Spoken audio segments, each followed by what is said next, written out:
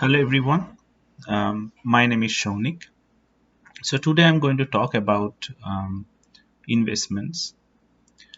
This is a new topic, new hobby which I have developed very recently, and I'm going to talk about that. So I was a PhD student at University of British Columbia over 5 years. Okay, I started in late 2016 and ended in 2021 end. Okay, and after that I started working in industry. Okay, civil engineering is my discipline, and there I learned a lot of things which I didn't learn during my PhD. My PhD was um, good, the work was good, the supervisor was happy, but the assistantship or the scholarship which was provided by the university and the supervisor was never going to be enough for us to save. Yes, that was enough for us to survive in an expensive city like Vancouver, where nothing is subsidized and everything, especially the housing prices, is so expensive. But we couldn't save, so the habit of saving was quite low. And I think it's quite common among the graduate students. They hardly can save the money.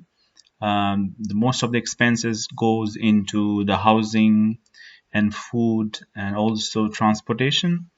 Uh, Speaking about transportation, most of us who are international students have to go back to their home country, and after COVID, the prices of flights have increased significantly, so that almost erodes all the savings which could have been done. Okay, so the habit of savings has been extremely low among the graduate students. Okay, so we don't know why savings is important, because we have a future and we spend most of our 20s in academia. So then when we finally come out and try to find a job, we understand that we don't have any savings at an advanced age. Okay, 30 years. I was 30 years when I graduated. So it is a difficult hill to climb from there on if you start late on savings. So when I started working in industry, it is not that high paying as say computer science or IT would pay in Microsoft, Apple, Google, but it was high enough for me to save a considerable amount of money. And so I started thinking about where I should invest in.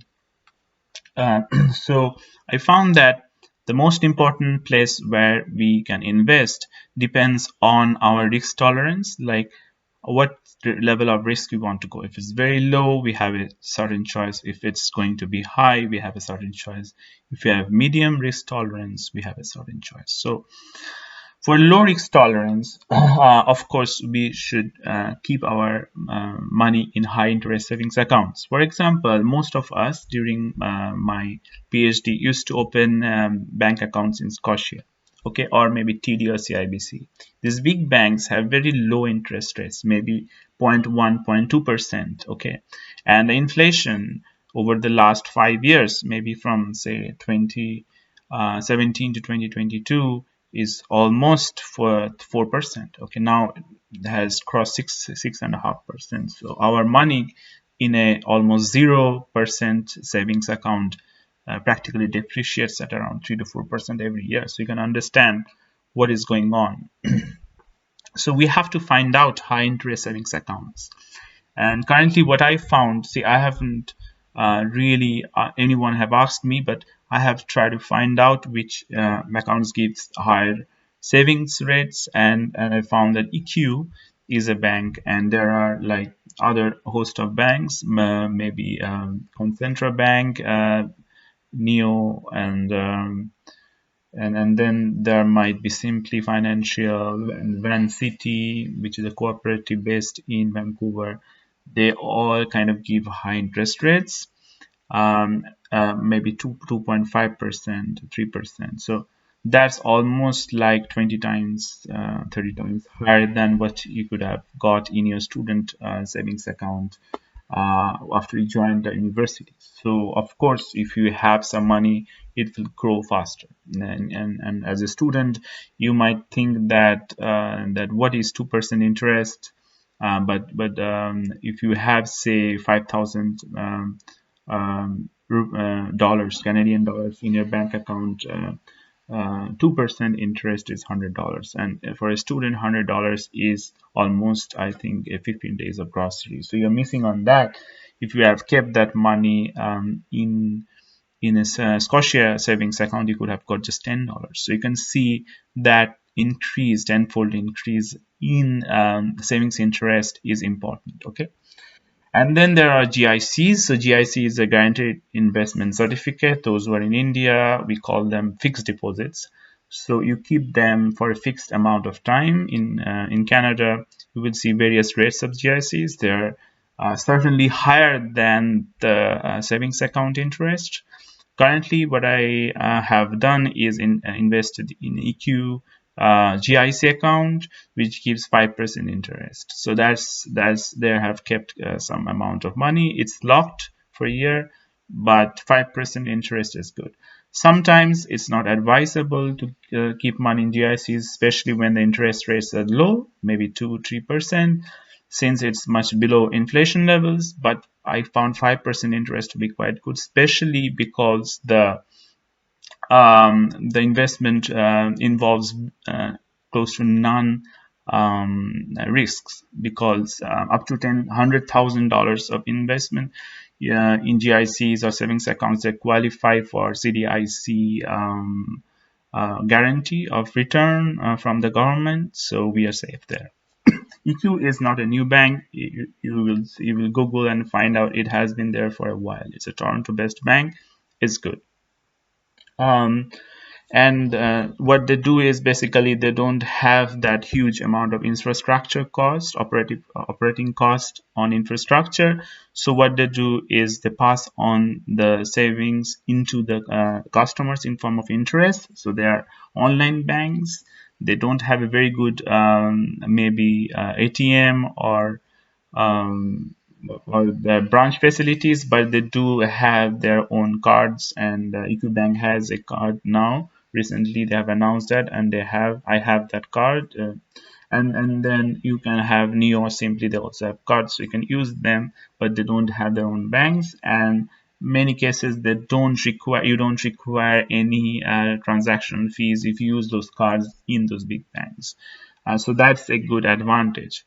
But these are low risk savings options, and of course there are better alternatives, and the better alternatives is actually investing in stock market. Okay. So these are all savings. Okay, so if you don't save, probably we will spend the money in a car, or maybe in giving gifts to our loved ones, maybe an iPhone, and they cost a lot of money, and all these investments basically depreciate over time. So we have to be meager and conscious about our spending. We can keep track of them, and also we must guarantee that we try to keep some money out of our earnings every bi-weekly or monthly basis, and then try to grow that money.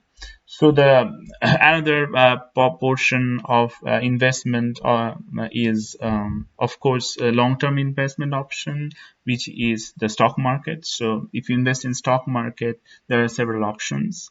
One, you can actually go to a bank and they can give you um, options to invest in various mutual funds or stocks, and they claim a certain fees, and then whatever you invest and it appreciates over time, you get the balance back. Okay, so that is not a good way of investing. I think recently there are some online apps.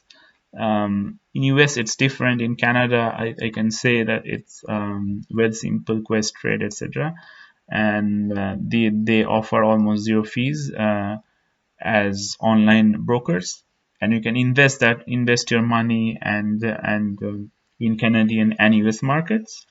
And so you can invest in stocks, ETFs, split funds, etc.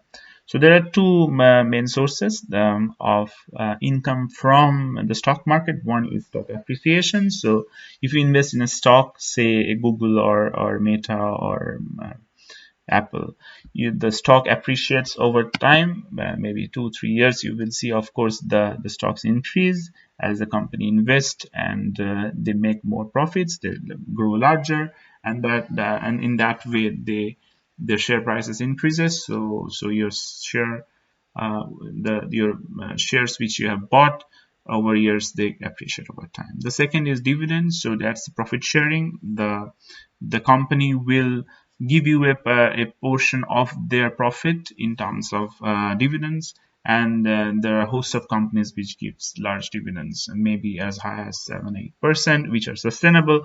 In some recent ETFs like HYLT, they give very high dividends, 13%, but I don't think they're sustainable.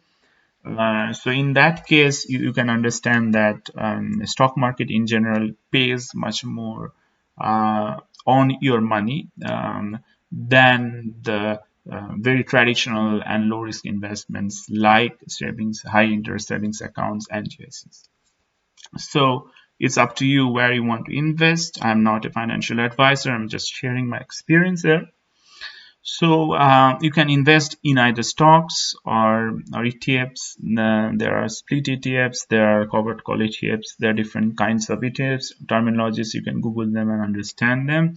Generally, these type of ETFs have higher rate of return, but at the expense of almost zero stock appreciation. So the stock price remain almost constant over the years, but they pay dividends, very high dividends, maybe 9 to 13%.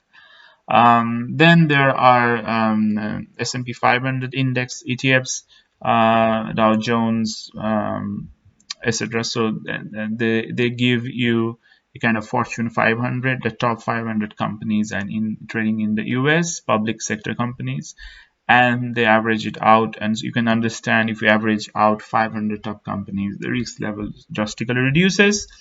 But these ETFs have a certain fee which they charge, but they're significantly lower than, maybe 10 20 times lower than the mutual fund fees which the banks will charge if you go there.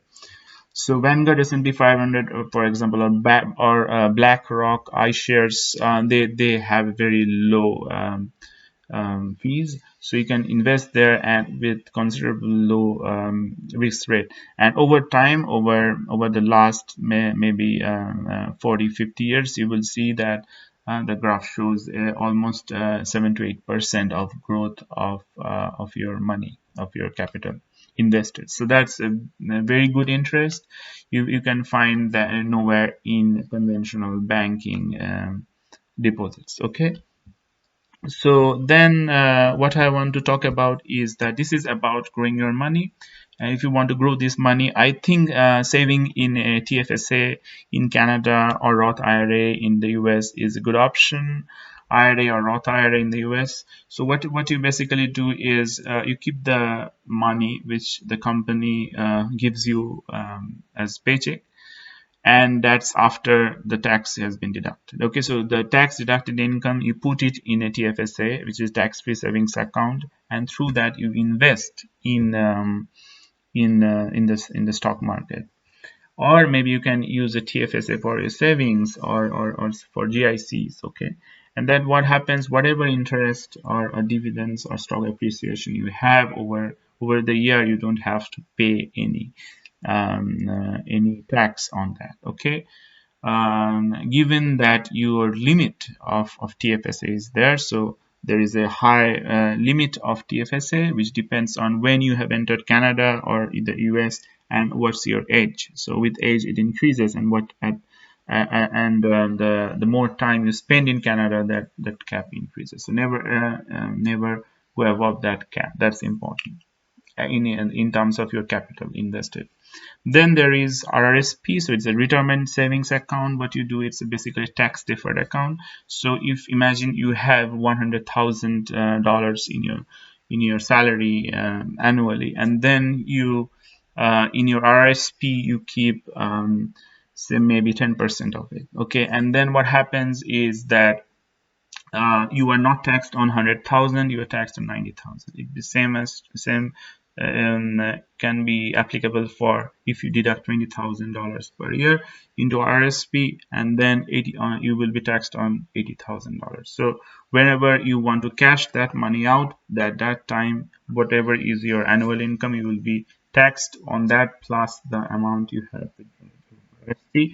Now, there are several instances where you can and cannot withdraw money from your RSP account, but it's mostly advisable to use that for maybe buying a house or paying student loans for your children later on in your life, or maybe withdraw it after you have retired so that your yearly income drops down, and then when you withdraw, your tax rate is quite low, so you avoid a lot of paying taxes. So in that way, you keep more money in your bank account. So one way is to increase your money by investing, and the other one is to try to reduce your taxes by investing in RSP. Okay, and then there is also first-time home buyers program, which is starting in March in BC. So that's more kind of a RSP, but it's more fine-tuned towards buying home. Okay, by which you can save tax. So overall, I want to say that every form of investment is good, and by choosing them thoughtfully, it will help create a habit of savings. Because we didn't have a lot of savings to an advanced age, we didn't understand that we have to save, because otherwise in this environment where everything costs much higher than what you earn, and so it's important that you save, and more you save, it's easier for you to save more than that. And it's important, equally important, and it's absolutely ethical, I think, even if you stay in academia or in industry or wherever your field is, to really save money and learn how to save more. And I'm learning, and I'm trying to give this information in public, so that if anyone listens to my very poorly produced video, they also get some help. So best of luck, everyone. Thank you so much.